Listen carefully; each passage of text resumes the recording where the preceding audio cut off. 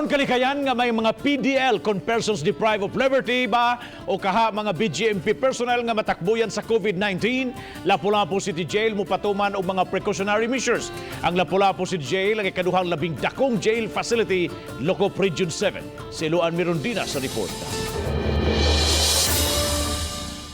Sukad Marso 16, temporaryong gipahunong ang dalaw sa mga kabanay sa mga PDL sa Lapu-Lapu City Jail. Gidili usab ang pagpatunol og mga pagkaon. Kami patunol sa food kay kuan magud kanang pag-disinfect sa mga suglanan, delikado magud nga masuglan ang mga pagkaon nila sa mga disinfectant. So dili na noon makaon, so gibawal sa namo ang tunol sa ilang pagkaon sa sulod. Mga tambal og kwarta lang ang gitugutang mapahatod. O garon masigurong dili matakbuyan ang mga personnel nga mo'y mudawat sa mga gipada sa mga kabanay sa mga PDL, giputos og plastic ang reception area sa gawas nga bahin sa facility aron way direktang contact sa mga tao gikan sa gawas. Ang atong pong kwarta, pagdawat ana sa atong personnel after disinfected na kwarta, ang ihatag sa atong mga PDL isang coupon. So ang kwarta is converted into coupon. Ang ilang gunitan sa sulod, purely coupon na nga may equivalent amount sa kwarta.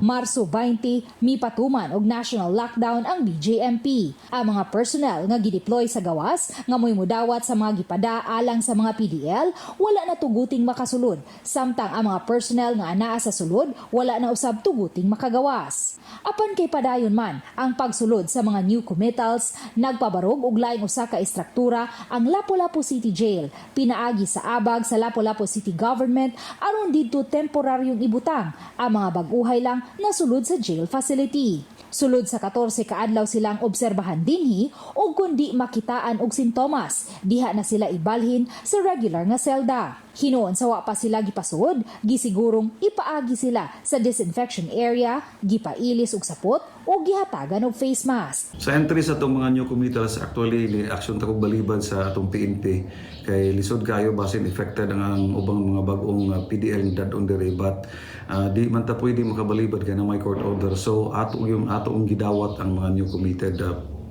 PDL. Ang Lapu-Lapu City Jail sa pagkakaroon adunay 2,438 ka mga PDL ug mo'y ikaduha sa labing daghang PDL Locop Region sunod sa Cebu City Jail. Tungod sa kainit sa panahon o kahagipot sa mga selda, dili malikayan nga adunay pipila nga makasinati og gubo ug sipon. Apan gipasalig sa warden nga regular man nilang gisusi ang panglawas sa mga PDL. Uban ni Godfrey Relien, Luan Mirondina, Balitang Besda.